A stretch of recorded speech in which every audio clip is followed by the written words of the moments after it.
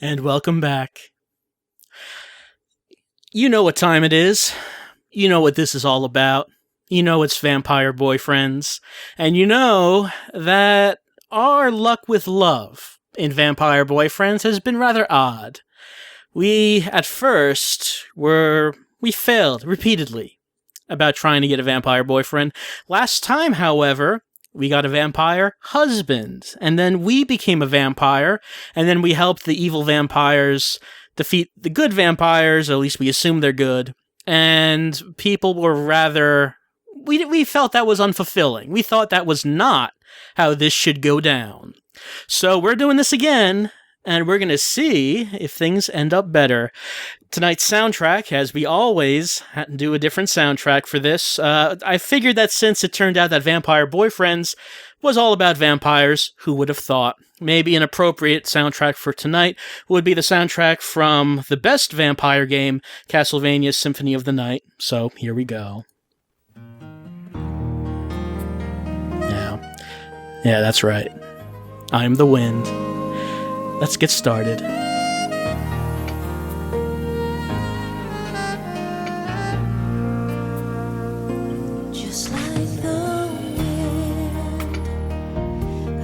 Just like the wind needs a name. What is the name of the wind tonight, chat? Who is the wind? The wind that will either be the savior, the chosen one, or help the evil vampires conquer the world. Who is the wind?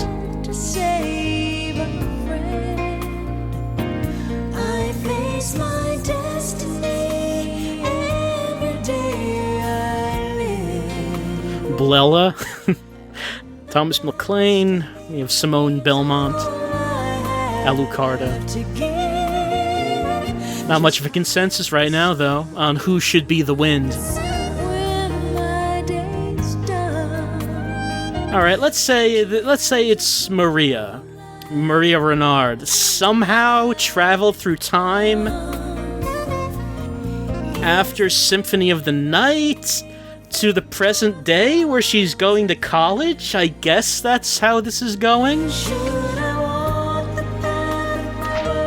Alright, we know all about how this begins. And we know that we have to make a choice on what our major is going to be. On if it's going to be theater, if it's going to be MMA. And Oddme still doesn't want to take our votes. I can't pretend I am the wind. Okay, there he goes. Well, what do? Theater or mixed martial arts? We've been picking mixed martial arts every time.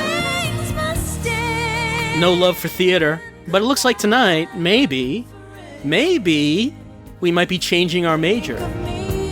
Filling out the paperwork needed to change the major from MMA to theater. It looks like that's what we're going with. So finally, for the first time, we're going to major in theater. As a senior theater major, naturally you're going to audition for the fall play. This year it's a good one. Dawn Breaks is the stage adaptation of the wildly popular vampire novel Dawn Breaks and lives to tell the tale. You have your eye in the lead role of Ella Dawn, the ingenuity turned deadly vampiress. I think we might have read this before. Did we? I don't know. You love to play the sweet young thing, but even better, you love dark, crazy, sexy vampire stories. We did read this part. I didn't think we ever picked the theater. Yeah, here's Cindy showing you the birthmark that looks like a star. All right, I don't know. I never thought we picked theater, but maybe we did. Because I do remember this. But we'd have another choice. Ohoku-chan did major in theater? Alright, I forgot about that. So, number 1, blow off preparing for the monologue. Number 2, staying in and preparing. We are the wind, and it looks like the wind is very cautious about going out, feeling we need to be safe, we need to be indoors, we need to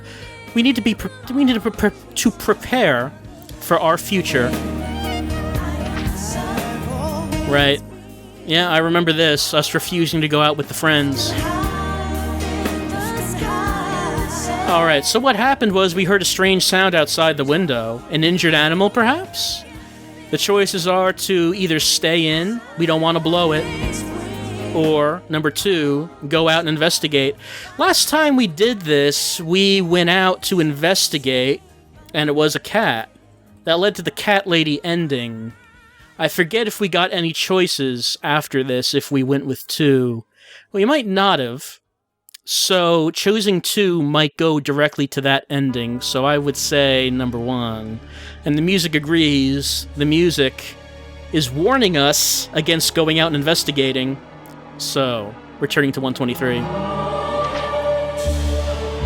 The next morning, you wake up feeling on top of the world. You hum to yourself like Snow White as you put on a pot of coffee and go through your morning routine.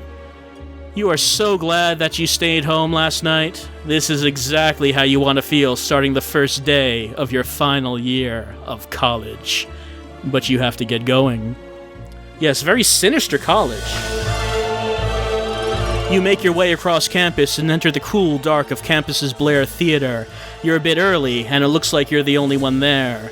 You can see the brightly lit stage through the dark passage to the seats. Following the light, there is movement close to you in the shadows, which makes your heart jump and begin beating twice as quickly. A sound of surprise escapes your lips as a figure emerges, backlit by the stage lights.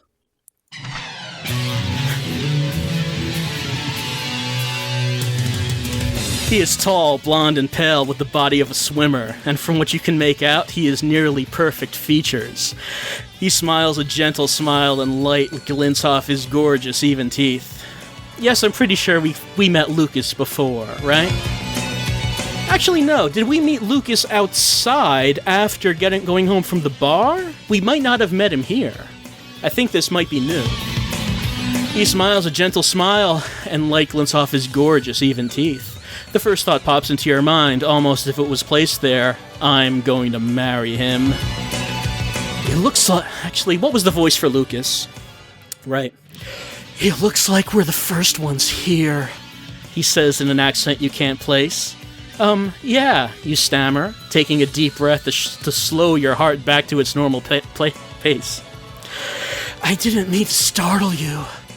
He motions for you to follow him into the light. He rounds the corner, placing his backpack on a seat in the front row. You do the same, marveling at his impressive height. He must be 6'2" or 6'3", and his beautifully chiseled face. Are you new this year? No, that's us asking that. Are you new this year? You ask, finally finding your tongue. He nods. I'm an exchange student from Prague. Prague being a very dramatic cue in Vampire Boyfriends. I just arrived in the country last week. Well, welcome, you mumble, thrilling at your dumb luck and being the first to meet the HOT new boy. And you're auditioning? Oh yeah, it's one of my favorite stories. He eyes you carefully. You know, you'd make a great Ella. I'm Lukas, by the way. Lukas, you roll the name around in your mind. I'm Maria Renard, you say, with the heat rising in your cheeks. You hear voices entering the theater. A group of about 10 people spills into the light, laughing, talking loudly, and shoving each other. Your classmate and theater rival, Angelique, walks by and says loudly to make sure everyone knows she's already met him. Hey, Lukas! Without breaking his gaze from you, he replies to Angelique, Hello. Maria Renard, a large, floppy-haired boy, yells out as he runs up and gives you a huge bear hug, lifting you off your feet. You squirm as he gives you a big, wet kiss on the cheek. Hey, Johnny. He pulls back and looks at you. You're all pink. Where's Robert, you say, trying to change the subject while pushing out of his arms. I'm right here. I don't know what voice this would be. A slight man with perfectly frosted blonde hair pops out from behind Johnny. As everyone crowds around, you're swept up in the excitement of seeing the friends you've missed so much over the summer. Oh, she has friends? I never got the impression through any of these other readings that there were other friends, but apparently there are. Finally, you remember yourself, and you turn to introduce the new guy to the gang. He is nowhere to be found. As your eyes search the shadows, the director makes her way to the stage to make announcements and to begin the audition. She looks to be in her late 30s with short, spiky brown hair and funky glasses. She addresses the group. What voice should this be? Hello, everyone. Thank you for coming out for auditions. I'm Olivia Shaw, the newest theater professor. I just joined the team this summer, and I'm really looking forward to getting to know all of you. I hope you've had a chance to read the play. It's called Dawn Breaks, and is a brilliant adaptation of a famous book I'm sure you're all familiar with.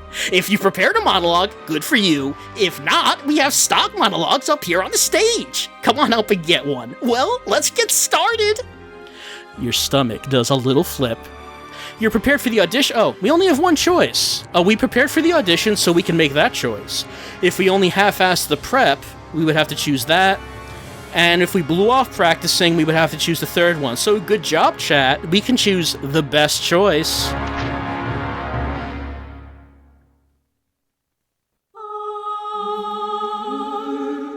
Olivia calls out the name Lukas Jaros. That's the new guy you just met. You breathlessly watch him as he rises and practically floats down the aisle to the stage. This gorgeous man is remarkably subtle in his movements. He strides to the center of the stage and begins speaking, and you are instantly captivated. His monologue is Romeo's speech upon finding Juliet dead. You've heard it before, but never with this depth of feeling, never with this passion and sorrow, and definitely never delivered directly to you, as he is doing now. You are flattered and more than a little embarrassed, not only at the unexpected attention, but at the fact that he is going to get the male lead. You would give your right arm to play opposite him. When she calls your name, it's like you're in a dream. You go up on stage and deliver a flawless performance. The audience sits at rapt attention. The director can't take her eyes off of you. Neither can Lukas. You absolutely nailed it. Auditions end, and Olivia announces that she'll post the cast list in the morning. Your friend Johnny yells to you across the theater, "You coming or what?" "Coming where?" you holler back, laughing at his enthusiasm. "Dinner, of course. We're all going." He gestures to indicate the group of people standing near him, which includes Lukas. "You gonna grace us with your presence or not?" Lukas motions you over to talk to him. You comply, your heart bouncing around in your chest. "Maria Renard, your audition was captivating. Would you rather dine with me alone this evening?" All right. So, number one, we go to dinner with our friends and Lukas. Or number two, we have dinner alone with Lukas Jaros. Most people choosing two, even though we know Lukas is a vampire. It does not seem like the most cautious thing to do. But I guess the chat wants to live dangerously. And Maria has fought vampires before. Shouldn't be too much of a problem. You go out on a date and have a beautiful dinner with Lukas. Not only is he pretty well read and a great dresser, you have everything in common. He's passionate about theater, music, movies, celebrity gossip. After dinner, he insists on walking you home. Before you know it, you're back at your apartment. Lukas waits patiently outside your door as you dig through your bag for your keys. Your fingers close on them, and you raise your head to find Lukas closer than you realized. The air between your faces is suddenly warm, and you catch your breath. He is truly beautiful. If you had any inclination to kiss him, this would be the moment. Did we do this before? This sounds familiar. Made all the better with Castlevania music, but... Number one is leaning for the kiss. Number two is to politely ignore the moment. So, how do we feel about Lukas Jaros at this point in time? We want to kiss him, or should we politely decline? Most of you are saying it is number one. So let's lean in for the kiss.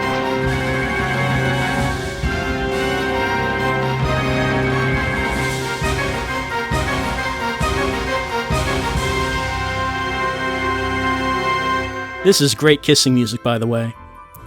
All it takes is slight movement on your part, and before you know it, you are wrapped in a passionate embrace, his lips hungrily covering yours. Your heart races, and your breath quickens. No one has ever kissed you like this before. He murmurs Maria Renard with shocking intensity. The world spins as you push him back against your door, your arms sliding around his neck. His skin is surprisingly cold, but you have enough heat for the both of you. He pulls you closer, so close, you know there's only one way you can get closer. For a moment, you forget where you are, but the sharpness of your keys digging into your hand brings you back to your front porch. Keys! Continuing to kiss him fervently, you disentangle your right arm. Fumbling to find the correct key by feel, you unlock the door. As the door swings in, you whisper, "Come in," as he lifts you over the frame, slamming the door behind you, never once breaking his embrace. This fans the flames within you, and you feel barely able to control yourself. Sure, you just met the guy, but damn! Alright. So, how does this date end up? Number 1 is we let nature take its course and head to the bedroom. Number 2, we find a way to protect both our virtues.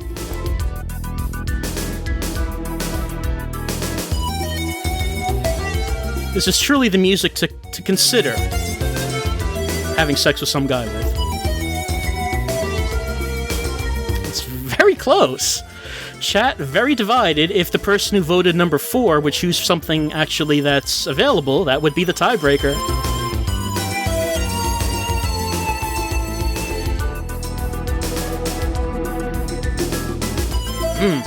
I mean, it is just going back and forth.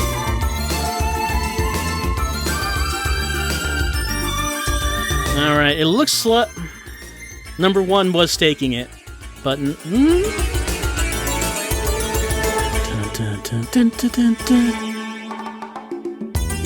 Alright, gonna count down and end the chat and end the vote. 3, 2, 1, now.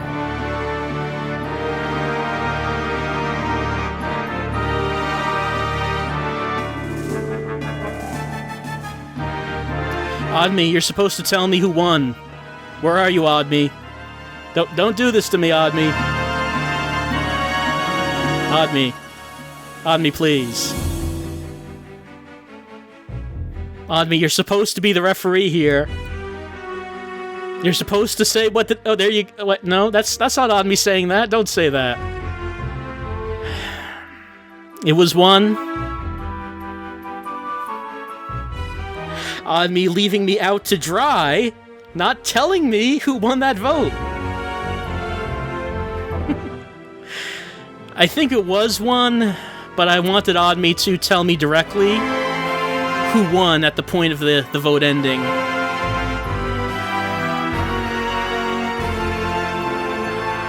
I think it was 32-31. I mean, I think it was one. I think it was one. It's a difficult decision to make. You think I should flip a coin? Unfortunately, there is no coin in reach right now. So, I think we're just going to have to go with number 1.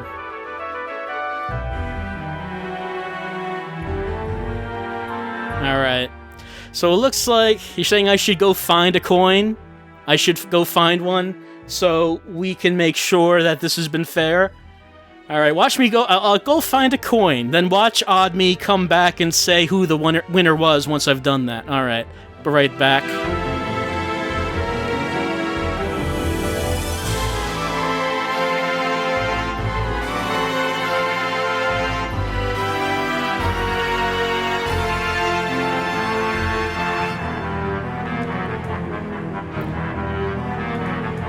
Okay, I got a quarter. The music is very dramatic. I have a quarter, and quarters don't lie. Gonna flip this quarter. Heads is if we go to the bedroom. Tails, we find a way to protect our virtues. We wouldn't have to do this if Oddme would just tell me who won the vote, but he's not. So, here we go. It landed on heads. So, looks like we're heading to the bedroom. His kiss ignites a fire in your jeans, the likes of which you have never felt. How can you help yourself? Lukas carries you straight into the bedroom without breaking your embrace. Every single romance novel you've ever read comes to mind.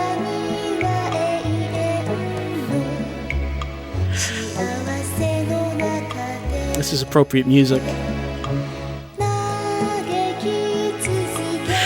Every single romance novel you've ever read comes to mind, and you realize that they weren't unrealistic at all. They were your destiny. Somehow Lukas is at once the hunky farmhand with the strong back and rough hands, the haughty aristocratic duke who struggled to hide his incendiary passions, the tuxedoed spy with mysterious origins, the virginal pillow-biting vampire— what? Your head swims as your mutual passions rage. Clothes fly in all directions. What, like in Charlie Brown? Something like that? Was Lukas the baseball? But the moment you are to become one, Lukas pulls back. I have to tell you something. Seriously? You have dreamed of a night of passion like this since you were a little girl? Really? And he wants to ruin it with talking? Well, if he's going to stop you now, it's probably important. You stop and listen, or maybe a few well-placed kisses can get him back on track. You decide to ignore him. Number one is we're going to stop and listen to him. Number two is we're going to try to get this erotic passion going once again.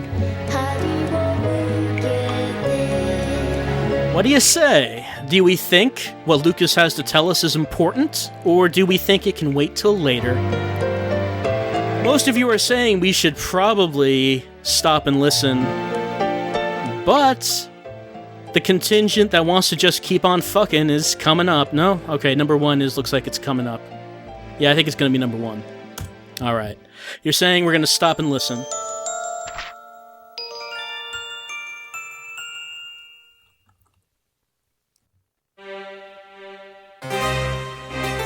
You sit back, take a deep breath, and push your hair off your sweaty forehead. This had better be good and important. Lukas takes his own deep breath. It is. He stares deeply into your eyes. Now, Maria Renard, don't freak out. Great, what every girl wants to hear. I'm not like other guys, you know, he says very seriously. I already knew that, you respond. No, not like that. He takes your face in his icy hands. From the moment I saw you, I knew I would be devoted to you for eternity. Your heart melts a little. He's being a bit dramatic, but you like the sentiment. I think you're pretty great too, but honestly, Lukas, you don't need to woo me anymore. You're already gonna get lucky. You giggle. You move to kiss him, but his face darkens, and he draws back. Before we go further, you need to know something about me. Okay. I'm a vampire. Wait a minute. Are you a slayer? Well, we're not a slayer, so we have to answer no. You're not sure what you thought he would say, but this is definitely not it. You sit there, stunned. He rushes ahead. I'm not one of those goth kids who drinks blood. I'm a true vampire. But a good one. I could tell you all about it later. But if we're gonna have sex, I need to put in a mouth guard so they don't accidentally bite you. He smiles, and his perfectly even teeth aren't even anymore. He has fangs. Your heart stops, and he looks at your chest as if he heard the irregularity. Well, at least you can see he's telling the truth. He then leans over and feels around on the floor until he finds his pants, pulling a mouth guard out of his pocket. I know this sounds crazy, but I promise I'm sane and safe with this in. What do you think? You've had your share of freaky encounters with guys, but this one might just take the cake. Of course, Lukas is at least 10 times hotter than any of those other guys, and you're pretty raring to go. Do you still want to have sex with him? A girl's got needs, or maybe you should take things a little bit slower. You obviously have a lot to learn about each other, or forget the mouth guard and live dangerously. Chat. Number 1 is a girl's got needs. Number 2 is that we're going to take it slow. Number 3 is that we want it raw and unprotected, I guess. How does the chat like it? It looks like, yes, it looks like number 1 is winning. It looks like the chat is voting for responsible sex. And this is truly the music to have it to.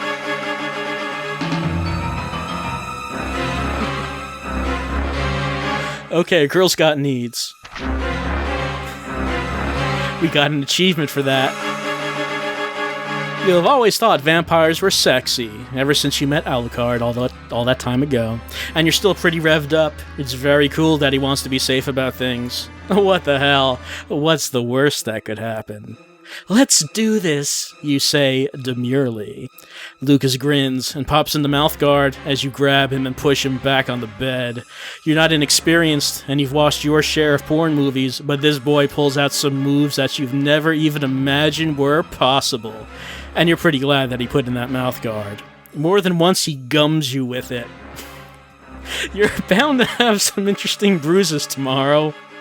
The two of you entangle and disentangle for yourselves for hours before you both collapse with exhaustion. A best night ever. The next morning, you open one eye to look at the clock. It's already 8 a.m., but it seems pretty dark outside. Who cares? You sure aren't getting out of bed yet. You turn over, snuggling further under the covers and closer to Lukas. Hey, he says softly. You waking up? Maybe. You? Lukas laughs softly. We don't sleep. You shake the sleep haze from your head. At all? I'm sorry, you should have told me. I would have set you up with PlayStation or Netflix or something. It's okay. I kind of like watching you rest. It's one of the things I miss most about being human. Plus, it gave me some time to tape trash bags over your windows. Oh yeah, you guys can't handle sunlight, right? There's so much you have to learn about real vampires. Well, it's not as bad as everybody says. We're just especially sensitive to it. If I prepare properly, I can go out during the day. You're relieved to hear that. If this guy turns out to be the guy, you want to be able to have some sort of normal daytime life.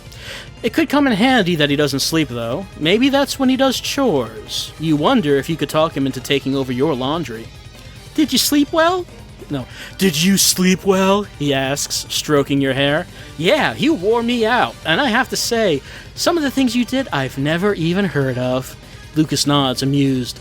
There were a few moves they left out of the modern versions of the Karma Sutra.